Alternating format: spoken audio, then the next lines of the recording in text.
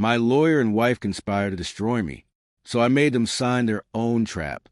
I'm 50 years old, and my hands tell the story better than I ever could. 30 years of concrete dust, rebar cuts, and winter mornings that start before the sun remembers it has a job to do. Every scar is a building that still stands. Every callus is a family that got their dream home. That's what I told myself. Anyway, when my back screamed at me to quit, and my knees sounded like a bowl of Rice Krispies every time I climbed a ladder, the Shell station on Route 7 opens at 5:30. I know this because I'm usually customer number one. It was a Tuesday morning in late September when everything changed. The kind of morning where the air smells like wet asphalt and possibility, where the temperature hasn't decided if it wants to be summer or fall. I pulled my F-150 into the lot at exactly 5:45, same as I'd done for the past 2 decades. The fluorescent lights inside the station hummed, that electric lullaby that every working man knows by heart. Marge was behind the counter. She's been there longer than I've been buying coffee from her, which is saying something. Her fingers were twisted up with arthritis, something fierce, but she never complained. Well, she complained, but not in a way that made you feel bad for her. More like she was reporting the weather. She slid my usual across the counter before I even asked. Large black coffee, no sugar, hot enough to strip paint. The kind of coffee that reminds you you're alive, whether you want to be reminded or not. I grabbed one of those pre-made ham and cheese croissants from the warmer. It smelled like cardboard and broken dreams, but it was cheap and it filled the hole. Next to the register, they had the lottery ticket scanner. I bought a Powerball ticket 3 days earlier, just like I did every week. $5.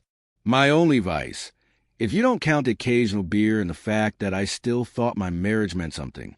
The ticket was folded in my wallet, wedged behind a photo of our dog Buster, who died 6 years back. I pulled it out, mostly out of habit.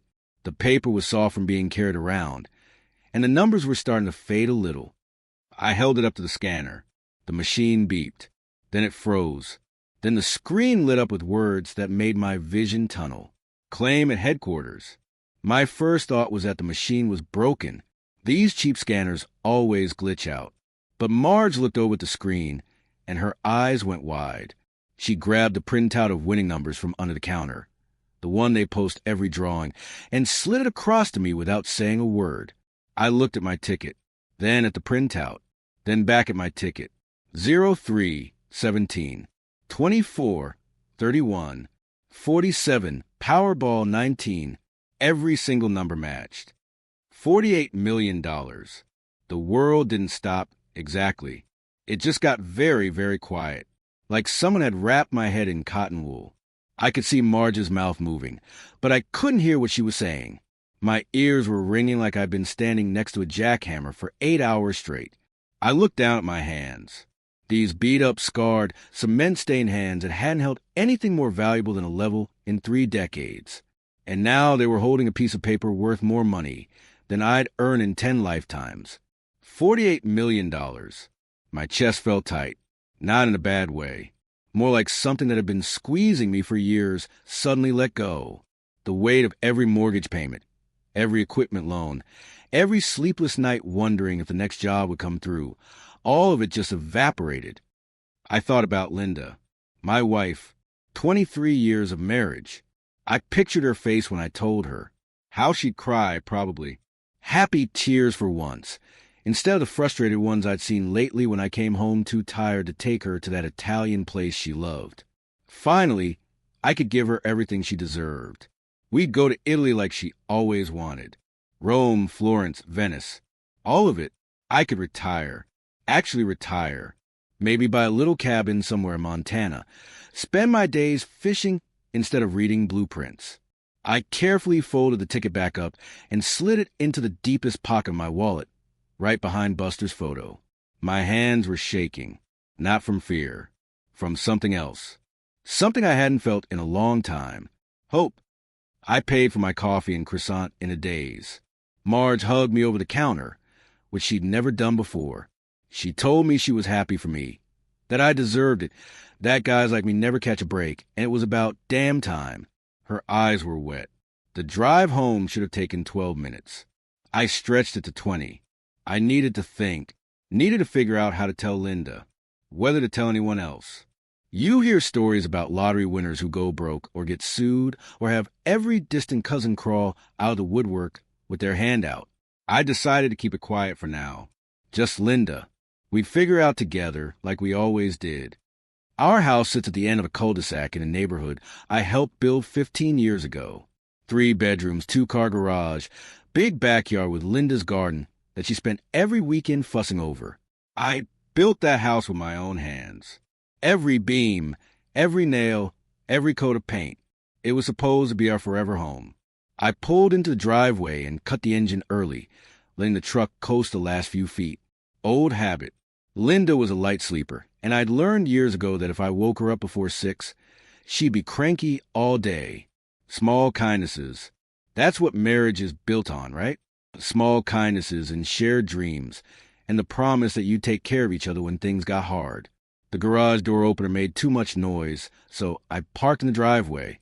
I grabbed my thermos and the croissant I hadn't touched and walked around to the side door that led into the mudroom. That's what Linda called it, anyway. The room where I left my boots and work clothes, so I wouldn't track cement dust through her clean house. The dryer was running.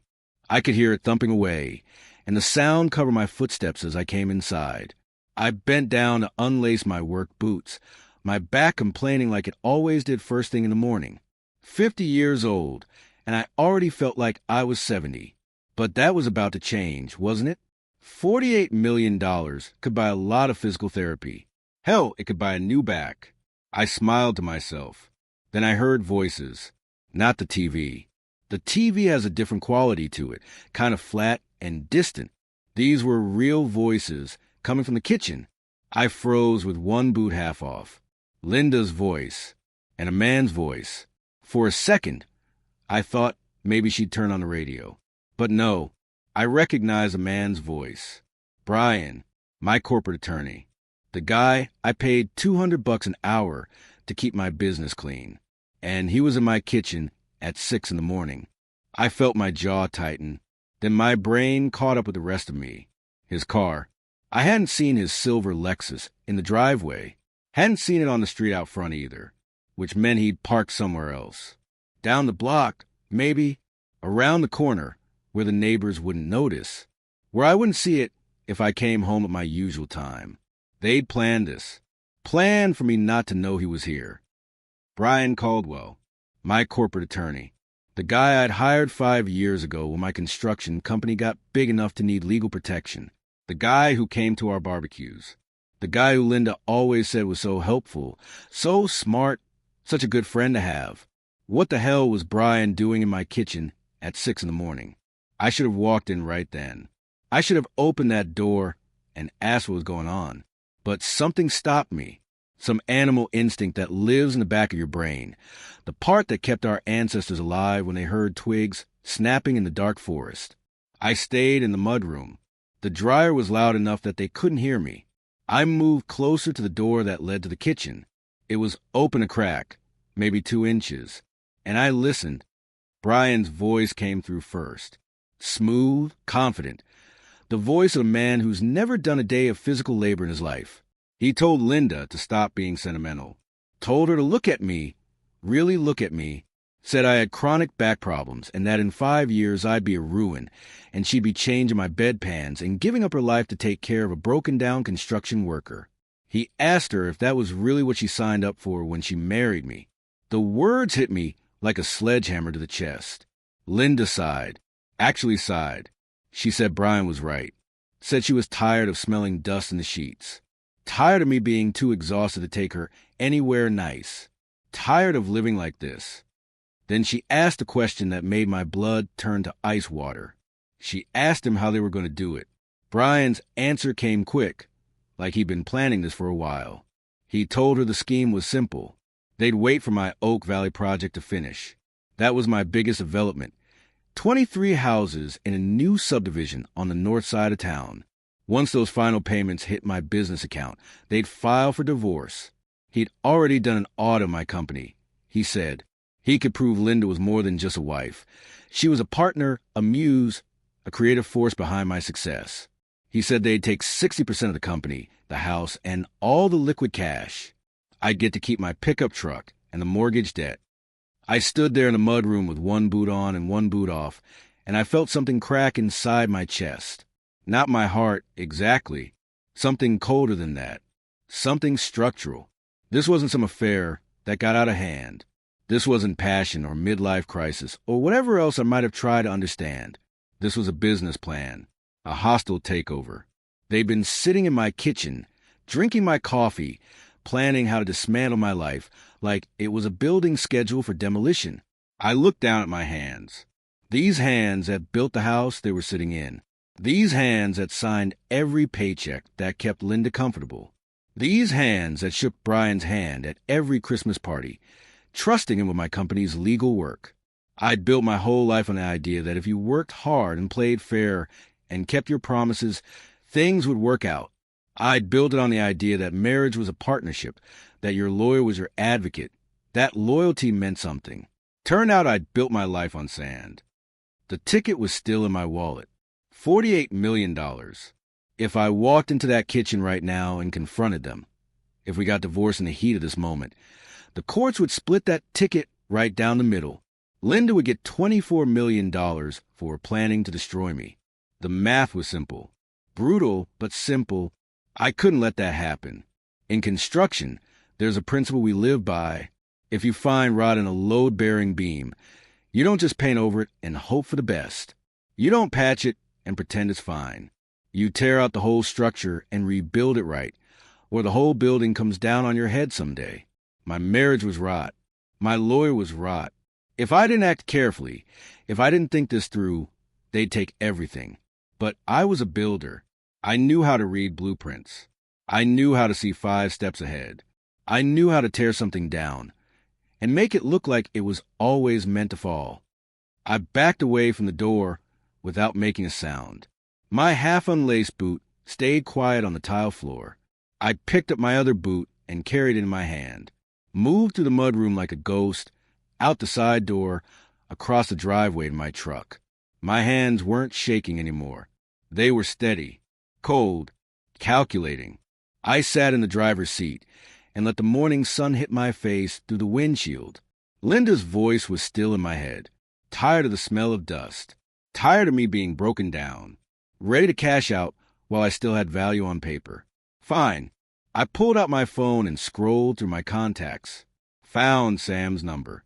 Sam Fletcher, geological engineer, old friend from my Army Reserve days. I'd paid for his kid's cancer treatment when his insurance denied the claim.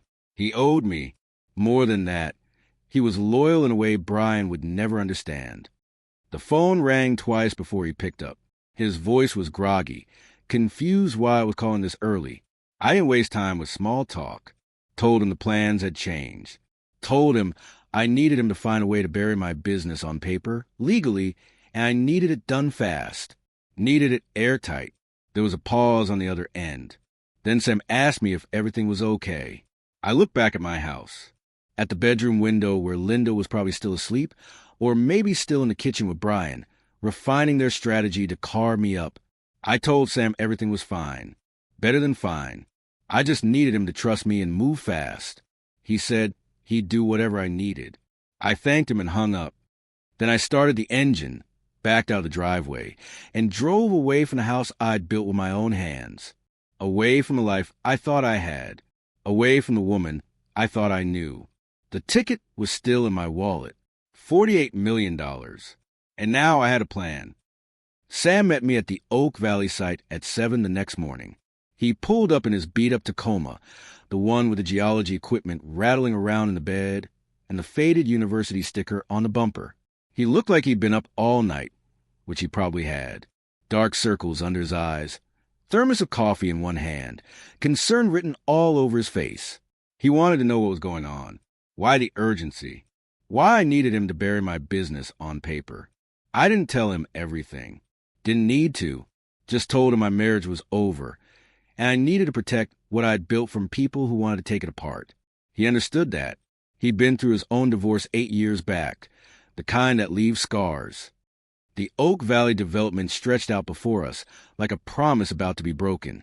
23 house lots, roads already poured, utilities run, model homes framed and sheeted. This was supposed to be my legacy project, the thing that would set me up for retirement. $2 million in profit, if everything went according to plan. But plans change. We walked the perimeter of the property, and I pointed to the northeast corner. Back in the 70s, there'd been a dry cleaner there. One of those old-school operations that used chemicals nobody knew were dangerous until decades later. The building was long gone, torn down in the 90s, but the ground remembered. Ground always remembers. Sam nodded slowly, understanding what I was asking without me having to spell it out. I told him I needed soil samples from that exact spot. Told him I needed the report to be accurate, but interpreted in the worst possible way. Not fake. I wasn't asking him to lie, just to present the facts in a way that would make any developer break out in a cold sweat. He asked me if I was sure about this. Told me that once the EPA got involved, it could take years to sort out, even if the contamination turned out to be minor. I looked at him and told him I was counting on it. He spent 4 hours taking samples. I watched him work, drilling cores, sealing them in labeled tubes, making notes on his tablet. Professional, thorough, the kind of work you can't argue with in court. When he was done, we sat on the tailgate of his truck, and he asked me what I was really doing. He said he'd known me long enough to know I didn't tank my own projects without a damn good reason. I told him the truth. Told him about Linda and Brian, about the conversation I'd overheard, about the business plan to destroy me and take everything I'd spent 30 years building. Sam's jaw tightened. He'd met Linda at barbecues, brought his kid to our house for Christmas parties. He looked at me for a long moment, then told me he'd have the report ready by tomorrow morning. He'd make sure it looked bad. Real bad. The report arrived the next day via encrypted email. 37 pages of technical language, charts, and chemical analysis. I'm a builder, not a scientist, but I understood enough to know Sam had done exactly what I asked. Critical levels of perchloroethylene and trichloroethylene in the soil. Migration patterns suggesting movement toward the aquifer. Recommendation for immediate cessation of construction activities. Potential designation as a Superfund site, pending EPA review. It was a death sentence for a development project. The kind of thing that makes banks pull funding and investors disappear like smoke. Perfect. I sat in my truck in the site office parking lot and made the call, not from my regular phone, from a burner I'd picked up at a big box store 2 towns over. Paid cash. No trail. The EPA has a hotline for reporting environmental concerns. They take those calls seriously. Have to by law. I told him I was a concerned citizen who'd noticed suspicious discoloration in the soil at new housing development. Gave them the exact address. Told them I'd heard the land used to have a dry cleaner on it, and I was worried about my kids playing near there once the houses went up. Played the concerned parent card. They thanked me for the information and said they'd send an inspector within 72 hours. I crushed the phone under my boot heel and threw the pieces in 3 different dumpsters on my way home. Now came the hard part, the performance. I didn't go home that night. Stayed in a motel on the highway, the kind with a flickering vacancy sign and rates by the hour. Gave myself 2 days to look like a man whose world was falling apart. Didn't shave, barely slept, bought a bottle of cheap whiskey and poured half it down the sink, then splashed the rest on my shirt and rinsed my mouth with it until I reeked. When I finally pulled into my driveway on the 3rd day, I looked like a man who'd been on a bender. Eyes red, stubble rough, clothes wrinkled and stained. Linda's Mercedes was in the garage. All the lights were on in the house. I could see her through the kitchen window, sitting at the counter with a glass of wine, scrolling through her phone, living her best life while planning my destruction. Not for much longer. I had the EPA letter in my hand. They'd been fast. I'd give them that. Inspector came out the day after my anonymous call, took his own samples, and issued a preliminary notice of violation. The letter was real. The contamination was real. The threat was real. What wasn't real was how bad it actually was. But Linda didn't need to know that.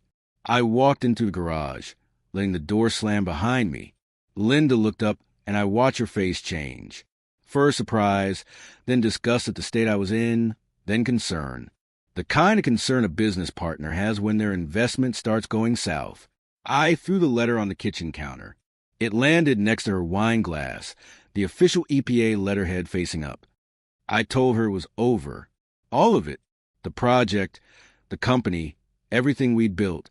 Told her they'd found toxins on the Oak Valley site, and that the fine started at $10 million. Told her the bank had frozen our credit line that morning. That last part was a lie, but she wouldn't check. She'd never checked a bank statement in her life. That was my job. I was the one who worried about money while she worried about which yoga studio had the best instructor. She picked up the letter with shaking hands. Read it. I watched the color drain from her face. She asked me how bad it was. Her voice was small, scared.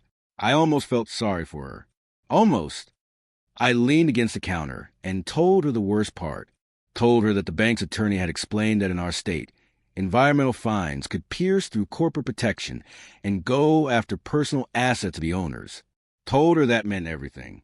Her car, my tools, this house, her jewelry, all of it could be seized to cover the cleanup costs and penalties.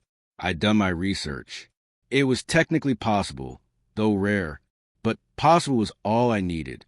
Linda's wine glass slipped from her hand and shattered on the tile floor. Red wine spread across the white grout like blood. She didn't move to clean it up, just stared at the broken glass, like it was her future laid out in shards. She asked me if they could really take her things. Not our things. Her things. That told me everything I needed to know. I told her I didn't know. Told her I was trying to figure it out, but that I was out of my depth here, that this was federal law and way beyond what I understood. Told her we might need a lawyer up, but that lawyers cost money we didn't have anymore. She stood up so fast her chair tipped over backward. Told me she needed air, needed to think. She grabbed her phone and practically ran out the back door into the garden. I stayed in the kitchen, didn't follow her. Instead, I walked to the window and adjusted the blinds just enough to see her without being obvious. She was pacing in circles near her rose bushes, the phone pressed her ear. Her free hand was gesturing wildly, the way she did when she was panicking. I couldn't hear what she was saying, but I didn't need to. I knew exactly who she was calling. Brian, good old Brian, who thought he'd found an easy payday, who thought he could seduce my wife and steal my company, who was probably sitting in his expensive office right now, realizing that the golden goose he'd been planning to cook just turned into a radioactive turkey. I imagined his face when Linda told him the news, the way his confident smile would crack, the way he'd start calculating, trying to figure out how to distance himself from this disaster before it pulled him under too. Fear of losing what you have works faster than greed for what you want. I learned that on construction sites. Guys will work steady for a decent wage, but threaten to take that wage away, and they'll tear the world apart trying to keep it. Linda was out there for 20 minutes. When she finally came back inside, she was different. The panic was gone. Her face was composed, cold, calculated. Brian had given her instructions. I could see it in the way she held herself. She walked past the broken wine glass without looking at it, sat back down at the counter, folded her hands like she was in a business meeting. She told me that she called Brian for advice. Told me he wanted to meet with both of us tomorrow. Said he thought he could help us. Could at least keep us out of prison. Prison. That was a nice touch. Brian was playing up the criminal angle, trying to make Linda feel like she was in danger. Try and make sure she understood that her best chance of survival was to cut me loose before the ship went down. I let my shoulders slump, nodded, told her that sounded good, that I didn't know what else to do. She asked me if I wanted dinner. Her voice was mechanical, like she was reading from a script, playing the role of concerned wife while her mind was somewhere else entirely, probably calculating how to extract herself from this mess with as much money as possible. I told her I wasn't hungry, told her I was going to take a shower and go to bed. She nodded, already looking back at her phone. I walked upstairs like a defeated man, let my feet drag, let my shoulders stay slumped, but inside I was smiling. The hook was set. Now I just needed to reel them in slowly, carefully, making sure they didn't realize they were being caught until it was too late. In the shower, I scrubbed off the whiskey smell and the grime from the motel, watched the water circle the drain, and thought about how easy it was to manipulate people once you understood what they feared most. Linda feared poverty, feared losing her comfortable life, feared being associated with failure. Brian feared legal liability, feared backing a losing horse, feared his reputation taking a hit. Neither of them feared hurting me. That ship had sailed a long time ago, probably. I'd just been too busy building things to notice the foundation of my marriage cracking beneath my feet. I dried off and looked at myself in the mirror. 50 years old, tired, but not beaten. Not yet. The lottery ticket was hidden in my truck, in a fireproof box bolted under the driver's seat. $48 million, waiting for me to claim it, but not yet. If I claimed it now, while still married, it would be community property. Linda would get half, and Brian would get his cut for helping her. No, I needed that post-nuptial agreement first. Needed Linda to sign away any claim to future assets. Needed her to think she was abandoning a sinking ship when really she was cutting herself loose from a rocket about to launch. I just had to be patient. Had to let them think they were winning. That night, I lay in bed next to Linda, both of us staring at the ceiling in the dark. She didn't try to comfort me, didn't reach for my hand, didn't ask if I was okay. She just lay there, planning her exit. I could feel in the space between us, cold and vast as an ocean. I thought about all the nights we'd spent in this bed over 23 years, the promises we'd made, the dreams we'd shared. All of it was ash now, burned up by greed and betrayal. But that was okay.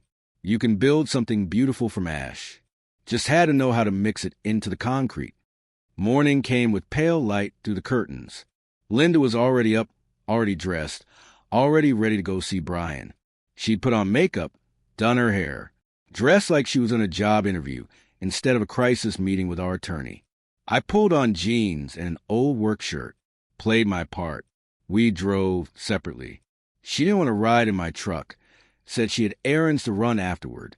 More likely she wanted the freedom to stay and talk to Brian after I left. Wanted to strategize without me listening. That was fine. Let them strategize. Let them think they were 3 steps ahead. They had no idea I was already at the finish line, waiting. Brian's office was downtown, in one of those renovated buildings that used to be a warehouse but now housed lawyers and consultants and people who made money by shuffling papers instead of building things. His name was on the door in brass letters. Brian Caldwell, attorney at law, like it was supposed to impress people.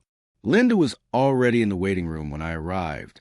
She didn't look at me, just kept scrolling through her phone, her leg bouncing nervously. The secretary told us Brian would see us in a few minutes. Offered us coffee. I accepted.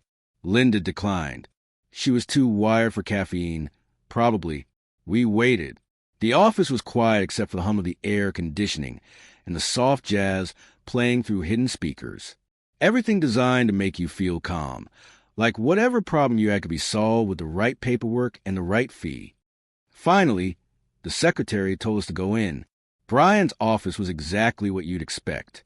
Big desk, leather chairs, wall of law books that probably hadn't been opened in a decade, since everything went digital. Windows looking out over downtown. He stood up when we entered, came around the desk with his hand extended, shook my hand like we were old friends, like he hadn't been in my kitchen planning to rob me blind. He told us to sit down. His voice was smooth, reassuring. The voice of a man who practiced delivering bad news in a way that made clients feel grateful. Linda sat on the edge of her chair, tense as a wire. I slouched back, playing exhausted and defeated, and Brian started talking about how he could save us, how he could save Linda, specifically from my mess. He said that the situation was bad but not hopeless, said that with the right legal structure, we could protect some of our assets, said the key was to separate Linda's interests from mine before the EPA really got their teeth into the case.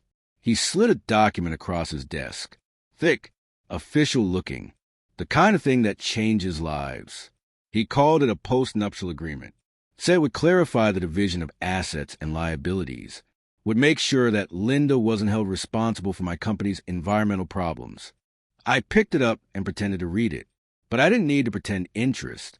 This was exactly what I needed, and they had no idea they were handing me the keys to their own cage. Brian opened the folder with the kind of theatrical care that lawyers use when they want you to understand how important their work is. The pages inside were thick, expensive paper, the kind that feels substantial in your hands, the kind that says this document matters. He started explaining the post-nuptial agreement like he was doing me a favor. His voice had that practiced sympathy, the tone of a doctor delivering bad news, but assuring you there's still hope if you follow his treatment plan exactly. He told me the situation was worse than bad. Said the EPA was federal, which meant they had resources and time and the kind of institutional patience that could grind a man into dust. Said that criminal charges weren't off the table if they thought I knowingly built on contaminated land.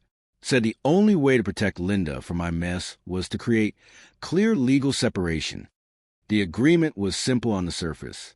Linda would graciously relinquish any claim to my construction company, which according to Brian's analysis was now worth less than nothing once you factored in the environmental liabilities. She would waive all rights to any future income or assets I might acquire. In return, I would assume 100% of the debts, the EPA fines, the cleanup costs, everything. I would set her free from the sinking ship.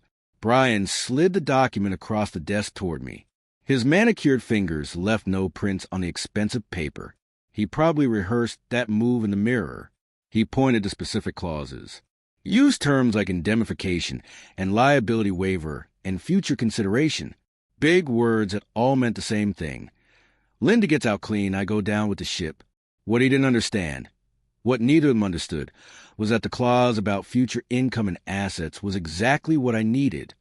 My heart was hammering in my chest, but I kept my face slack. Defeated, I let my shoulders stay slumped, let my eyes stay dull. I was a man watching his life circle the drain, and they needed to believe that.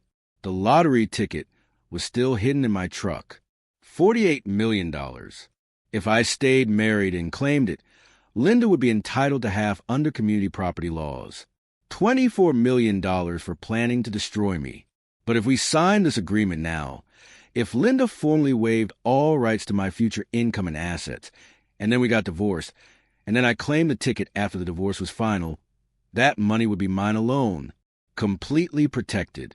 The ticket wouldn't be income from the marriage. It would be a future asset acquired after she'd legally abandoned any claim to such things. Brian had just handed me a bulletproof vest and thought he was fitting me for a coffin. I picked up the pen. It was heavy, expensive, probably cost more than I used to make in a week when I was starting out. My hand shook a little as I held it over the signature line, not from fear, from the effort of keeping the smile off my face. I looked up at Linda. She was sitting on a leather couch, perched on the edge like she might bolt at any second.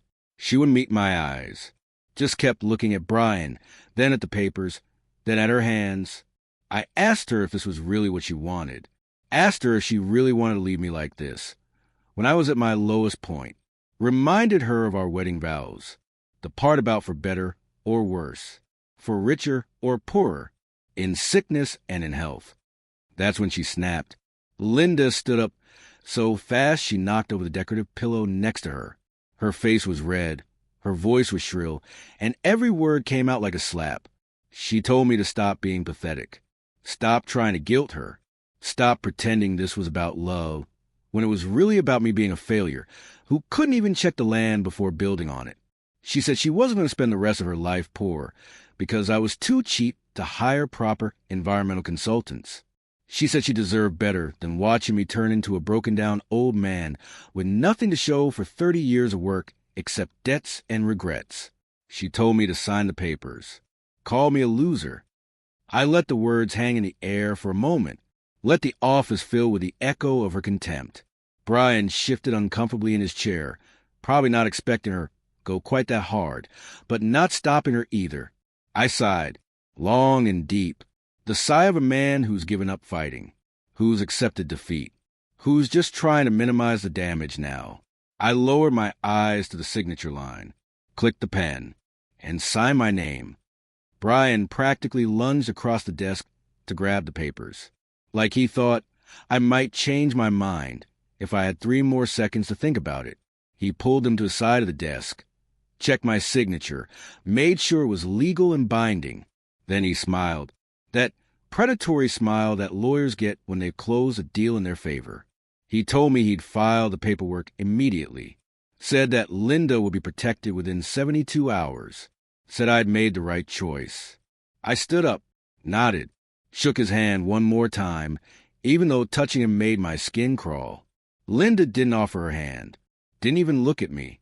She was already on her phone, probably texting someone about how relieved she was. I walked out of that office like a man heading to the gallows. But in the hallway, something happened that almost made me break character. Brian's secretary was at her desk. Young woman, maybe 25, with kind eyes and a sympathy smile. She'd seen me coming looking like death warmed over. Probably heard some of the conversation through the door. She looked up at me as I passed, and her expression was pure compassion. Poor man. Lost everything. Wife leaving him. Business collapsing. I couldn't help it. I winked at her. Just a quick flash, barely there. But enough. Her eyes widened slightly. Confused. Then I was past her and out the door. The afternoon sun hit me like a blessing when I stepped outside. Fresh air, freedom, the weight of performance finally lifting off my shoulders. I walked to my truck, climbed in, and just sat there for a moment, breathing.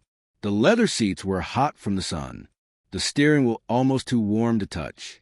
Real, solid, mine. I pulled out my phone and checked the calendar. The lottery ticket had a redemption window of 180 days from the draw date. I bought it 4 weeks ago. That left me 4 months and 2 weeks. Plenty of time. I scrolled through my contacts and called Sam. He answered on the first ring, asking if it worked, if I got what I needed. I told him it was perfect. Told him to start Operation Clean Horizon. Time to make that contamination disappear and get the project back on track. He laughed. Said he'd have a remediation crew out there by Monday. Said we'd have that site cleaner than a hospital operating room by the end of the month. The divorce papers came 5 weeks later. Linda's attorney, some shark Brian had recommended, filed for an uncontested dissolution of marriage citing irreconcilable differences. Since we'd already signed the post-nup dividing everything, there was nothing to fight about, just paperwork and waiting periods. I signed everything they put in front of me, didn't contest a single line, gave her the house, gave her the Mercedes, gave her the furniture and the art and every material thing she wanted, kept my truck, kept my tools, kept my ruined construction company with its toxic land and federal investigation, and kept my lottery ticket. The divorce was final 93 days after I'd signed that agreement in Brian's office. I remember the exact number because I counted every single one. The day the final decree arrived in my mailbox, I drove to the state capitol, 3 hours each way, brought the lottery ticket in its fireproof box, wore my best shirt, the one I saved for funerals and court dates. The lottery headquarters was in a nondescript government building, gray concrete, American flags, the kind of place where dreams either come true or die. I didn't go in as Jack Morrison, individual. I went in as a representative of F-150 Holdings, a private trust I'd established 3 weeks earlier, named it after my truck. Seemed fitting. The process took 6 hours. Verification, authentication, legal review, tax calculations. They brought in witnesses, had me sign forms in triplicate, took my picture for their records, and then they handed me a check. Not the full $48 million. After federal taxes, state taxes, and the lump sum reduction, it came to $26 million for $100,000. Still more money than I'd ever imagined having. The check was made out to F-150 Holdings. The trust would hold it, invest it, grow it, and I was the sole beneficiary. Linda had no claim to it. Brian had no claim to it. The EPA had no claim to it. It was mine. Clean, legal, Protected. I deposited that check the same day. Watched the bank manager's eyes go wide when he saw the amount. He asked if I needed anything. Security. Privacy. A financial advisor. I told him I just needed him to clear it fast. 3 days later, the money was available. Real. Spendable. Mine. First thing I did was hire an environmental remediation firm out of Denver. They specialize in dry cleaner contamination. Cost me $500,000, but they were the best. They came in with excavators and trucks and seal containers, stripped the top 4 feet of soil from a contaminated area, brought in clean fill, landscaped it, made it prettier than it had been before. Sam took new samples, sent them to 3 independent labs. All came back clean. The EPA inspector came back out, ran his own tests, and issued a letter closing the investigation. No fines, no penalties, no Superfund designation, just a notation in the file that the issue had been resolved through voluntary remediation by the property owner. I framed that letter. Then I restarted construction on Oak Valley. With $26 million in the bank, I could afford to pay my crews double time. We finished those houses in 4 months. Every single one sold before we'd even poured the driveways. Young families, first-time buyers, people with dreams. The project that was supposed to destroy me turned into my biggest success. 6 months after signing those divorce papers, I stood in front of a crowd at the Oak Valley grand opening. Reporters, local politicians, buyers holding keys to their new homes. Sam was there, my crew chiefs, people who'd stuck with me. Not Linda, not Brian. A reporter from the local news station asked if the rumors were true, if I'd really won the lottery and used it to save my company. I looked directly into the camera. Knew Linda watched this channel every morning with her coffee. Knew Brian probably had it on in his office. I told him the truth. Said that success required the right partners. Said that 6 months ago, my former partners had put in writing that they wanted nothing to do with me or my future, because they thought I was finished. Said I was grateful to them for that. They'd given me the freedom to build something great without them. And yes, I'd had a winning ticket the whole time. The reporter's eyes went wide. She asked how much. I smiled, told her enough. After the cameras stopped rolling, I got in my truck and drove to the old diner on 5th Street, the place Linda and I used to go every Sunday morning for breakfast. Pancakes and coffee, and the Sunday paper spread across the table. I hadn't been there since the divorce. Wasn't avoiding it, really. Just hadn't felt right. But that day, I was hungry, and I wanted a burger. The place hadn't changed. Same red vinyl booths. Same jukebox in the corner playing oldies. Same smell of grease and coffee and home. I ordered at the counter. Burger, fries, coffee. While I waited, I glanced around the room. That's when I saw him. Brian. He was sitting in a back booth, hunched over a pile of papers. Bills from the look of them. His suit was wrinkled. His tie was loose. He looked like he hadn't slept well in weeks. I'd heard through mutual acquaintances that things hadn't gone well for him. Linda had stayed with him for about 3 months after the divorce, probably hoping he'd make good on his promises of taking half my assets. When those assets turned out to be worth less than nothing, when my company started thriving instead of collapsing, when the money she expected never materialized, she'd left him, moved to Arizona with some yoga instructors she'd met online. Brian had lost his golden goose and gained a reputation for bad advice. A couple of his other clients had fired him. Word gets around in a small legal community. He must have felt me looking at him, because he raised his eyes from his papers. Our gazes locked. I watched the recognition hit him. Watched him remember the last time we'd been in the same room. Watched him remember the agreement he'd drafted. The one he'd been so proud of. The one that was supposed to protect Linda from my disaster and set him up for a healthy cut. Watched him realize that he'd been played. That the contamination had been fixable all along.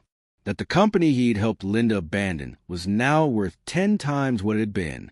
That the future assets clause he'd insisted on had protected the biggest lottery win in state history. That every single move he'd made had worked in my favor. His face went through about 5 different emotions in 3 seconds. Shock, anger, disbelief, fear, and finally, a hollow despair that made him look 20 years older. I didn't gloat, didn't walk over to his table, didn't say a word. I just nodded, slow, respectful, the way you acknowledge someone who's taught you a valuable lesson. Then I picked up my burger from the counter and walked out. I ate in my truck, parked at an overlook on Highway 34, where you can see the whole valley spread out below. The sun was setting, painting everything gold and orange and red. I thought about concrete, about how it's weak when it's wet, how you can shape it, mold it, destroy it with a stick if you wanted to. But once it cures, once it sets upright, it's damn near indestructible. You can build a whole life on it, a whole city. My life had been wet concrete for a while there, shapeless, vulnerable, easy to destroy. But it had cured now, set up hard and strong. Linda couldn't touch it. Brian couldn't touch it. Nobody could. I'd built something that would last. The best revenge isn't destroying someone's life. It's letting them destroy their own while you step back and build something better. I finished my burger, watched the sun drop below the horizon, started the engine, and drove toward whatever came next, knowing that this time I'd built my life on solid ground.